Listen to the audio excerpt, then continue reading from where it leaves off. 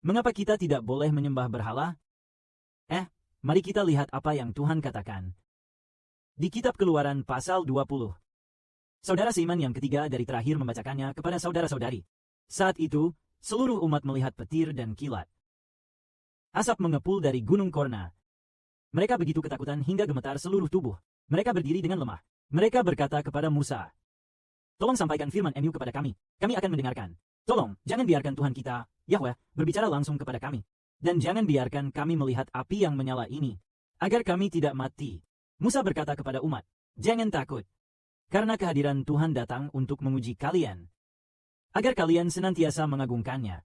Lalu, umat itu berdiri dengan lemah. Tetapi Musa mendekati Tuhan. Masuk ke dalam kegelapan yang lesu. Yahweh berkata kepada Musa, "Sampaikanlah kepada orang Israel, kalian telah melihat dengan mata kepala sendiri bahwa aku berbicara kepada kalian dari surga. Jangan membuat patung berhala dari emas atau perak yang sebanding dengan aku. Benar-benar, jangan buat patung dewa untuk kalian sendiri." Lalu, mengapa di sini tidak boleh dibuat patung dewa? Tuhan berkata, "Kalian telah melihat dengan mata kepala sendiri bahwa aku berbicara kepada kalian dari surga." Artinya, kalian telah melihat Tuhan yang sejati secara langsung. Yahweh telah berbicara kepada manusia, dan mereka telah melihatnya secara langsung. Oleh karena itu, tidak boleh membuat berbagai patung dewa untuk dijadikan Tuhan, atau dijadikan dewa untuk disembah dengan berlutut. Karena itu sebenarnya bukanlah Tuhan. Itulah sebabnya. Jadi, banyak orang yang menyembah berhala. Tetapi apakah mereka benar-benar melihat Tuhan? Di mana Tuhan di balik patung yang mereka sembah itu? Apakah dewa-dewa itu pernah berbicara kepada mereka? Apakah mereka pernah menampakkan diri kepada mereka? Dewa-dewa dari patung-patung berhala yang mereka sembah itu. Apakah itu hanya berupa patung atau merupakan roh jahat di balik patung itu, yang memiliki kekuatan untuk menciptakan langit dan bumi seperti Tuhan kita? Semua itu tidak ada. Oleh karena itu alasan kita tidak boleh menyembah berhala adalah karena berhala bukanlah Tuhan. Sedangkan hanya Yahweh yang menciptakan langit dan bumi adalah Tuhan. Tahun lalu, atau mungkin tahun sebelumnya. Waktu itu mungkin saudara seiman kita belum banyak bercerita. Waktu itu, terdapat seorang wanita yang di Guangzhou oleh saudara seiman, Heng. Mungkin sudah dikenalnya selama 34 tahun. Wanita itu adalah seorang pelacur. Namun, Hebron sangat berharap dia bisa bertobat dan menerima Injil. Suatu ketika mengajarinya tentang Alkitab, saat lewat di suatu tempat itu memiliki sebuah tempat ibadah. Wanita itu berkata, "Sibo, apakah kamu berlutut menyembah dewa ini?" Aku berkata, "Bagaimana mungkin aku berlutut untuk menyembahnya? Bagaimana bisa ini dianggap sebagai Tuhan? Itu hanyalah berhala." Ternyata wanita itu berkata, "Anggap saja dia sebagai Tuhan. Anggaplah dia sebagai Tuhan Yahweh." Saudara seiman Sibo pun sangat marah. Tetapi wanita itu, berapa lama sebenarnya dia berkecimpung dalam agama ini? Dia sudah lama sekali. Sejak ia masuk ke dalam Kristen. Mungkin sejak usianya remaja. Dan terus-menerus hingga kini. Tak mengerti siapa sebenarnya Tuhan yang sejati. Lalu, sudah berkali-kali menasihati dia. Tetapi wanita itu tidak mau berubah. Meskipun sudah sering ditegur, dia terus melakukan perbuatan dosa. Menolak untuk bertaubat. Oleh karena itu, dengan sangat disayangkan, dia tidak dapat belajar bersama kita. Kemudian, saudara seiman Sibo membawakan kepada saudari Shunan, dengan harapan agar saudari Shunan dapat membawanya kembali untuk bertaubat. Tetapi ternyata wanita itu enggan berubah. Jadi, dia tidak bisa lagi berada di altar. Awalnya dia berada di altar. Kemudian saudara perempuan Sauhun dan beberapa saudara perempuan lainnya menemukan roh cabul di dalamnya lalu mereka mengusirnya. Sehingga dia tidak diperbolehkan bersembahyang di altar lagi. Begitulah kita menemukan.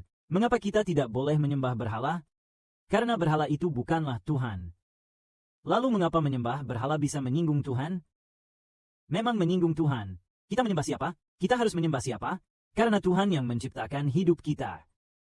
Dia memberikan kita hidup kekal. Kita harus menyembah Dia.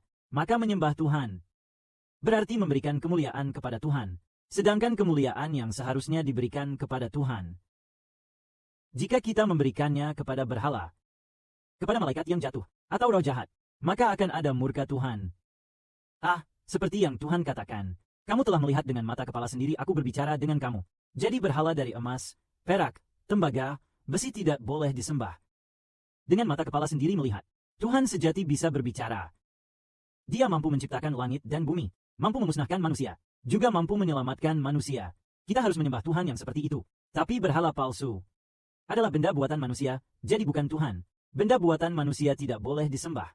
Itulah yang Tuhan beritahu kepada kita. Misalnya dalam sebuah agama Katolik.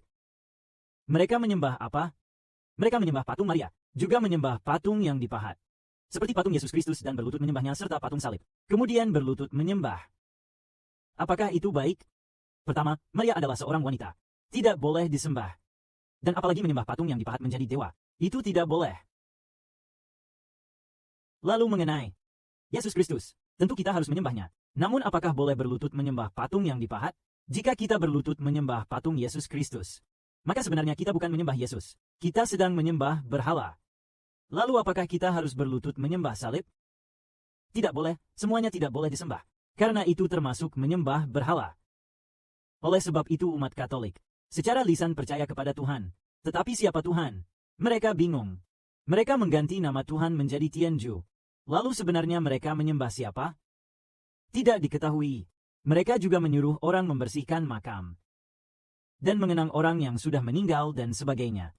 Hal-hal itu tidak membawa kehidupan. Tidak ada manfaatnya. Hari ini kita katakan Tuhan berbicara langsung dengan manusia. Kita jadi tahu tidak boleh menyembah berhala yang tidak bisa berbicara.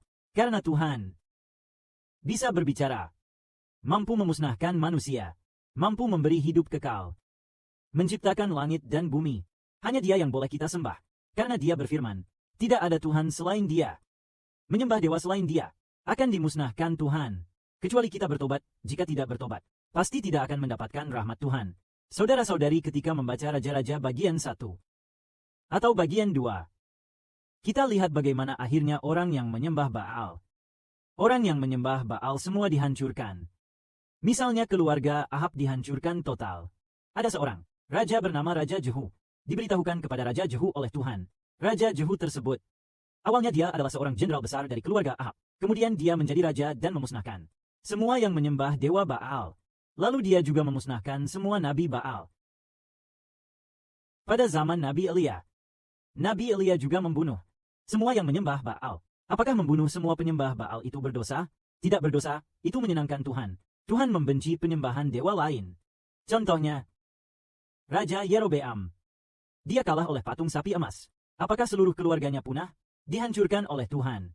Generasi demi generasi raja yang menyembah berhala diputuskan hukumannya oleh Tuhan. Bahkan keluarga Yerobeam musnah sampai akar-akarnya. Ada juga keluarga Baasa yang hancur sampai akar-akarnya. Keluarga Ahab juga sepenuhnya hancur sampai akar-akarnya. Begitu juga pada masa tersebut, tidak ada pria yang tersisa.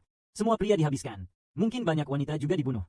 Kita melihat bahwa menyembah berhala dan dewa lain, memberikan kemuliaan pada berhala, Tuhan benar-benar tidak mentolerir itu. Dulu kita melakukan hal-hal itu, tetapi ketika kita sadar dan mendengar bahwa Yahweh itu benar, ketika kita mengerti, kita akan berubah, agar Tuhan tidak menghancurkan kita. Karena Tuhan lebih besar dari kita. Ketika murkanya muncul, tidak ada yang bisa menghentikannya. Jadi kita tidak boleh memicu kemarahan Tuhan. Berikan kemuliaan hanya kepada Tuhan, bukan kepada semua makhluk ciptaan. Amin.